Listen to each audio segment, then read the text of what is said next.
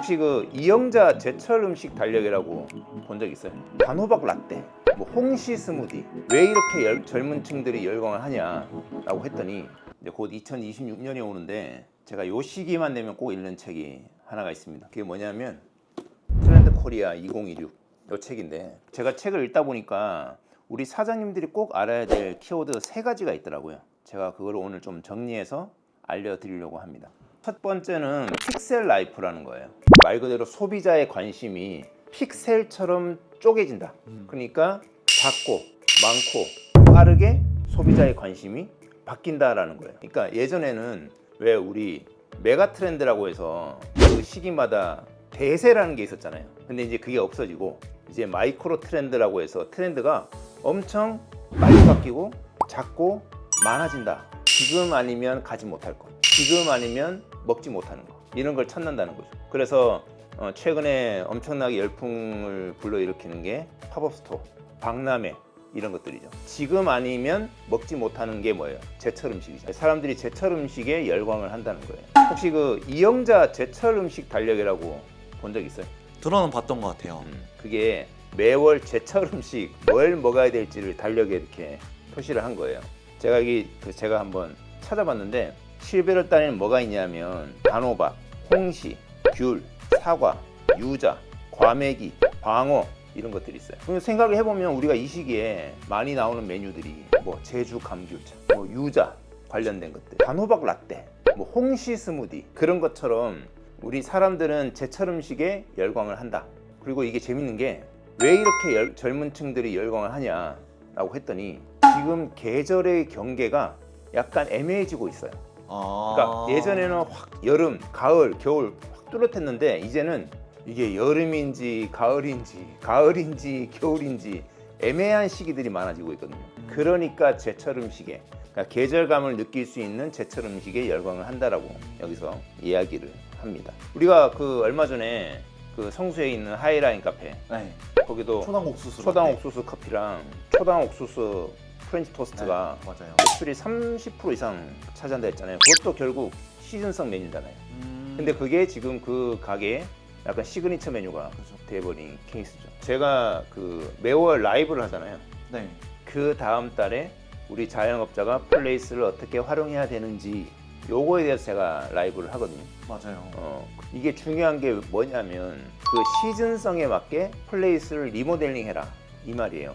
그러니까 우리가 예를 들면 봄, 여름, 가을, 겨울 뭐 11월, 12월 맞춰서 가게를 인테리어를 바꿀 수는 없잖아요. 근데 플레이스는 우리가 그 계절감에 맞춰서 리모델링을 할 수 있거든요. 그것도 돈이 들지 않아요. 그래서 제가 대표 사진이나 소식이나 플레이스 쿠폰이나 영상이나 상세 설명 이런 것에다가 제가 시즌성 이미지라든지 그 계절을 대표하는 그 느낌을 꼭 넣어라. 그리고 해당 키워드도 꼭 넣어라 라고 제가 강조하는 이유가 바로 고객들이 결국 이거를 찾고 그 고객이 찾는 키워드, 고객이 좋아하는 포인트를 네이버가 실제로 검색 결과에 반영을 하니까. 그래서 우리 플레이스를 계절감에 맞춰서 채워 넣어야 된다 라고 제가 항상 강조하는 이유가 바로 이제 여기에 있는 거죠. 중요한 게 또 하나 있어요. 소비자들은 작고 많은 거를 경험하고 싶어 한다라는 거예요. 작고 많은 거요. 그게 무슨 말이냐면 왜 그 디스커버리 세트라고 들어봤어요? 향수 디스커버리 세트. 아니요, 처음 들어봅니다. 처음 들어보죠. 우리 향수 사면 보통 30ml, 50ml, 큰 건 100ml 이렇게 팔잖아요. 근데 디스커버리 세트가 뭐냐면 쉽게 말하면 아주 소용량으로 향수 샘플 세트를 파는 거예요. 그러니까 그 브랜드에서 나온 5가지 종류의 향수를 작게 담아가지고 그 세트를 판매를 하는 거예요. 근데 사람들 그걸 사는 거예요. 요즘. 그게 무슨 말이냐면 내가 그 향수 하나를 사는 것보다는 그 브랜드의 다양한 종류의 향수를 조금씩 많이 경험을 하겠다. 취향에 맞는 것도 쉽게 찾을 수 있겠네요. 그치. 취향에 맞는 걸 찾을 수 있고 또 그렇게 구매하다 보니까 계속 그런 방식으로 구매를 하는 거죠. 이걸 만약에 우리 자영업 사장님들한테 어떻게 적용하면 좋을까라고 생각을 해봤어요. 예를 들어서 왜 초밥집 가면 광어 초밥, 연어 초밥 이렇게 시킨 게 아니라 모든 초밥 시키잖아. 그죠. 조금씩 먹어보려고. 그 느낌. 그 맥주집에서는 그 샘플러 같은 것도 있잖아요. 맞아요. 네. 그러니까 그게 요즘 취향에 반영이 된 거다. 그래서 이 픽셀 라이프가 저는 개인적으로 가장 중요하다고 생각을 하는데 이거를 우리 자영업 사장님들이 한번 적용해 보시면 좋을 것 같다라는 생각을 해봤습니다. 자, 두 번째는 뭐냐면 바로 필코놈입니다. 아마 필링이랑 뭐 이코노미를 합친 것 같은데 그게 뭐냐면 이런 말 들어봤죠. 기분이 우울해서 빵을 샀어. 아. 근데 들어봤죠. F는 왜 우울해? 물어보고 T는 왜 빵을 사? 우울한데 왜 빵을 사? 네. 라고 물어본다고 하잖아요. 그러니까 여기서 기분이 우울해서 빵을 샀다는 거는 빵을 산 이유가 배고파서가 아니라 기분 때문이라는 거예요.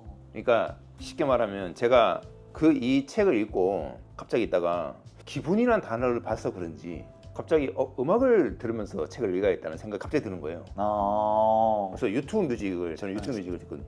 뮤직을 딱 열었어요. 예전에 생각해보니까 예전에는 이런 음악 앱 같은 거 열면 최신가요? 탑백 그죠. 이런 게 있었어요. 그죠. 멜론 같은 경우는 그랬죠. 요즘은 어떻게 돼 있냐면 제가 보니까 에너지 충전, 행복한 기분, 휴식, 집중, 슬픔, 출퇴근길처럼 공감이나 그 감정에 따라서 음악을 듣게끔 그렇게 세팅이 되어 있고 저도 보니까 운동할 때 에너지 활력 이 음악을 틀어놓고 운동을 하고 그죠. 그러더라고요 보니까. 그러니까 이게 여기서 딱 무슨 생각이 드냐면 고객은 자신의 기분을 좋게 만드는데 돈을 지불한다. 아. 그러니까 이거를 지금 바로 적용을 해보면 제일 간단한 게 이거예요. 메뉴 이름부터 바로 적용을 해볼 수가 있어요. 어떻게요? 우리 보통 메뉴 이름은 기술적, 기능적 설명이 돼 있어요. 더 자세히 예를 들어서 제가 예전에 이렇게 얘기했단 말이에요. 그냥 피자라고 하지 말고 뭐 300도에서 구운 화덕 피자 이렇게 적어라. 그거는 이제 기능적인 설명이죠. 그게 나쁘다는 게 아니라. 근데 요즘은 사람들은 감정에 돈을 쓴다는 얘기잖아요. 네. 그럼 그게 무슨 말이냐면 그냥 떡볶이가 아니라 퇴근길 스트레스 풀어주는 화끈 떡볶이 이런 식으로 이름을 우리가 네이밍을 할 수 있다는 거예요. 그럼 그게 결국 같은 떡볶이인데 얘는 내 스트레스를 풀어주는 나의 기분을 좋게 만들어주는 음식이 되는 거죠. 그렇게 활용해 볼 수 있다라는 거고 그리고 가게 분위기도 좀 바꿔볼 수 있어요. 결국 가게의 분위기가 낮 시간에는 조명을 좀 밝게 하고 그리고 음악도 좀 경쾌한 음악 같은 거 틀고 저녁에는 조명을 좀 어둡게 그걸 조도라 그러죠. 조도를 좀 낮게 해가지고 좀 잔잔한 음악을 틀어서 고객의 기분을 좋게 만들 수가 있다는 거예요. 근데 사장님들은 보통 아침이든 저녁이든 밤이든 똑같은 음악, 똑같은 조명 이렇게 하잖아요. 그래서 이런 식으로 우리가 고객의 기분을 공략해 볼 수 있다라는 아이디어가 생각이 들더라고요. 그리고 실제로 물레동이랑 신사동에 있는 아도티 하우스라는 곳이 있다고 해요. 여기는 손님이 기쁨, 슬픔, 즐거움, 미움 중에 원하는 감정을 고르면 그 기분을 달래주는 차를 내준다는 거예요. 그걸로 유명해졌다라고 하더라고요. 그렇네요. 그리고 이런 현상이 키워드에도 나타나는데 제가 얼마 전에 그 성수 카페 가서 네. 추천해준 키워드 있잖아요. 느조 카페. 늦어. 네. 느낌이 좋은의 줄임말이잖아요. 그러니까 이것도 결국 느낌, 기분 여기에 연관된 키워드 검색량이 점점 늘어나고 있다 라고 해석을 해볼 수 있는 거예요. 그 아도티 하우스를 봤더니 상세 설명에 소중한 시간을 내주는 당신께 당신만을 위한 차 한 잔을 내어드립니다. 문구가 말씀해 주신 필링 이코노미? 그렇죠. 그러니까 단순히 우리는 메뉴를 팔지만 여기는 고객의 기분을 파는 거죠. 그 감정을 다스릴 수 있는 도구가 바로 차인 거고 우리는 생각해 보면 차 그러면 사실 그냥 녹차도 있고 뭐 많잖아요. 그죠. 주변에 그냥 사실 어디 가면 그냥 공짜로도 먹을 수 있는 차들이 있잖아요. 근데 꼭 여기 가서 비싼 돈을 주고 먹는 이유가 뭘까라는 거죠. 그죠. 그 차를 먹으러 간다는 게 아니라는 거예요. 그죠. 그 차를 먹는 게 아니라 내가 거기 가서 느끼는 감정, 기분 이거를 좋게 만들려고 그 돈을 지불하고 거기에서 제공해주는 차를 마신다. 이렇게 이해하면 될 것 같아요. 그래서 앞으로 사장님들이 뭔가를 설명할 때 어떤 기능적인 설명보다는 뭔가 고객의 감정, 고객의 기분을 좋게 만드는 쪽으로 한번 발전을 시키면 좋을 것 같다라는 생각을 한번 해봤습니다. 세 번째는 프라이스 디코딩입니다. 오. 요즘 손님들은 가격표를 보면 단순히 가격만 보지 않고 그 뒤에 숨겨진 의미와 스토리를 해석을 하려고 한다는 거예요. 그러니까 쉽게 말해서 왜 이 가격이지? 라고 꼼꼼히 따진다는 거예요. 맞아요. 저도 항상 돈을 쓰면은 마음에 드는 건 그냥 넘어가는데 마음이 조금이라도 왜 이 가격이야? 왜 이 먼저. 가격이지에 대한 네. 이야기를 한다는 거예요. 맞아요. 그러니까 이게 단순하게 싸면 좋다라는 개념이 아니에요. 비싸더라도 거기에 담긴 의미나 가치가 있다고 판단되면 비싸도 산다라는 쪽에 우리가 초점을 맞출 필요가 있다는 거예요. 제가 한번 네. 물어볼게요. 예를 들어서 카페를 갔어. 네. 당근 케이크가 요만한 게 있어. 네. 8,000원이야. 네. 어떨 것 같아요? 저는 일단 카페를 많이 가서 케이크 8,000원이라는 걸 좀 이해는 납득이 가는데 처음 가보는 사람이면 당근 케이크 하나가 이렇게 비싸? 할 것 같아요. 맞아요. 근데 당근 케이크 이름이 하윤이 제주 당근 케이크야. 오. 그리고 그 밑에 설명이 이렇게 돼 있어요. 여기는 이 케이크는 프랑스 유기농 버터와 제주 햇당근으로 만들어서 당근을 싫어하는 5살 제 딸 하윤이를 먹이려고 만든 케이크입니다. 그리고 신선함을 위해서 당일 생산, 당일 판매를 합니다. 그리고 SNS에 재료 사진들을 쭉 올리는 거죠. 그리고 영상으로 그 재료를 가지고 새벽에 케이크 만드는 영상을 올리고요. 그리고 가게가 끝나면 그 케이크를 다 버리는 영상도 올려요. 자, 그렇게 되면 이제 당근 케이크가 8,000원이 과연 비싸냐? 그러면 안 비쌀 것 같아요. 그런 거예요.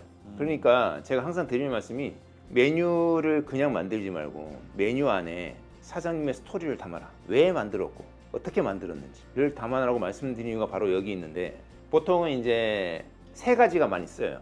그게 뭐냐면 첫 번째는 전통, 원조, 3대째 내려온. 우리가 얼마 전에 그 진주집이라고 네. 80년 된 가게 그 속꼬리. 속꼬리 네. 곰탕 먹으러 갔잖아요. 맞아요. 그게 거의 3만 원 하잖아요. 네. 근데 그게 그렇게 비싸다고 느끼지 않는 게, 첫째, 80년 됐어. 둘째, 일단 속꼬리 곰탕이 그렇게 흔하지 않아요. 그죠. 우리가 잘 찾을 수 없어. 그러니까 한 3만 원 해도 우리가 그냥 먹는 거예요. 네. 이게 원조의 힘, 전통의 힘인 거죠. 납득이 되는 거죠. 두 번째는 뭐냐면 신뢰예요. 작년에 그 광주에 있는 한 치킨집이 네. 사장님이 SNS에 매일 끝나고 청소한 사진을 올렸어요. 그걸 매일 올렸어. 갑자기 그 사장님이 돈줄 나기 시작했어요. 사람들이 그 가게 치킨을 일부러 사 먹으러. 왜? 최소한 이 집은 깨끗하거든. 신뢰가 생겼어요. 자, 만약 그 사장님이 치킨 가격을 1,000원, 2,000원 올렸어요. 그 1,000원, 2,000원 때문에 안 갈까요? 아니죠. 그 정도는 더 받아야 된다라고 생각해요. 그러니까 차라리 돈 더 받으면 그만큼 깨끗하게 하니까 그치, 더 받겠지. 오히려 거긴 싸면 더 이상 할걸요. 그죠. 그러니까 그 신뢰가 결국 가격을 납득하게끔 만든다. 세 번째가 뭐냐면 시그니처예요. 시그니처 중요하죠. 시그니처. 다른 데서 먹을 수 없어. 아니면 여기서만 해줘. 예를 들어 이런 게 있거든요. 남자 머리를 전문으로 하는 분이 계세요. 오. 근데 이분이 어떤 걸 잘하냐면 탈모 커버 컷을 잘해요. 근데 그래요? 컷 가격이 제 기억에 7만 원인가 8만 원 했어요. 오. 그런데도 가요. 그러니까 저렇게 해주는 사람은 저분밖에 없거든. 그러니까 가는 거예요. 그러니까 우리가 생각했을 때는 컷 하는데 뭐 7만 원, 8만 원 줘 이렇게 생각할 수 있지만 그렇죠. 그 니즈가 있는 사람 입장에서는 그게 아깝지가 않은 거죠. 진짜 아깝지 않을 것 같아요. 그러니까 결국 그 가게의 시그니처가 정말 중요하다는 거예요. 그러니까 내가 제대로 된 메뉴 하나만 제대로 성공시키면 그 메뉴가 사람들의 사랑을 받고 그게 나에게 수익을 가져다 준다. 그런 가능성이 높다라고 저는 보거든요. 그러니까 사장님들이 내 가게에 있는 모든 메뉴를 홍보하려고 하잖아요. 그죠. 그러면 안 된다. 딱 하나만 정해서 그거를 미친 듯이 집중해서 홍보를 해야 된다라는 거예요. 그 미친 듯이 집중하면서 홍보하기 위해서 플레이스에서 적용할 만한 예시가 있을까요? 그렇죠. 플레이스를 하더라도 이제 신규 고객이 우리 플레이스 방문을 하잖아요. 그러면 당연히 뭐 식당이든 어디든 간에 미용실도 그렇고 식당도 그렇고 메뉴는 많잖아요. 네. 우리 소식이라든지 메인 영상이라든지 이런 곳에는 그 딱 한 가지만 홍보하는 거예요. 왜냐하면 웬만한 집은 다 맛이 괜찮아요. 미용실 어디 가면 머리를 뭐 엉망으로 해주는 데가 있어요? 요즘 어디 가도 웬만한 게 다 잘해줘요, 머리는. 그렇다면 결국 고객들한테 기억을 하게 만들어야 되는데 어떻게 이 미용실은 다 잘해요? 이걸 기억을 시킬 수 있어요. 그러니까 예를 들면 미용실이라면 단발이면 단발 하나만 집중적으로 홍보를 해야 되는 거죠. 단발만큼은 우리가 이 지역에서 최고다라는 걸 알려야 되는 거예요. 그래야 고객들이 그 매장을 기억을 하고 그 매장으로 찾아오게 만들 수 있어요. 그것이 우리의 기회가 될 수 있다라는 겁니다. 제가 이렇게 소개해드리는 컨텐츠를 처음 만들어 봤는데 뭐 어떠신지 잘 모르겠습니다. 혹시 나중에 반응이 좋으면 제가 또 우리 사장님들한테 도움이 되는 책을 추천해드리고 또 정리해드리는 시간을 좀 가지도록 하겠습니다. 그리고 제가 우리 사장님들을 위해서 제가 직접 책을 구매해서 보내드리는 이벤트를 하면 어떨까 하고 생각을 해봤습니다. 댓글에 이 영상을 본 소감을 남겨주시면 제가 그 추첨을 통해서 5분께 책을 꼭 보내드리도록 할게요. 오늘 끝까지 봐주신 사장님 감사드리고요. 좋아요, 구독, 알림 받기 꼭 부탁드립니다. 감사합니다.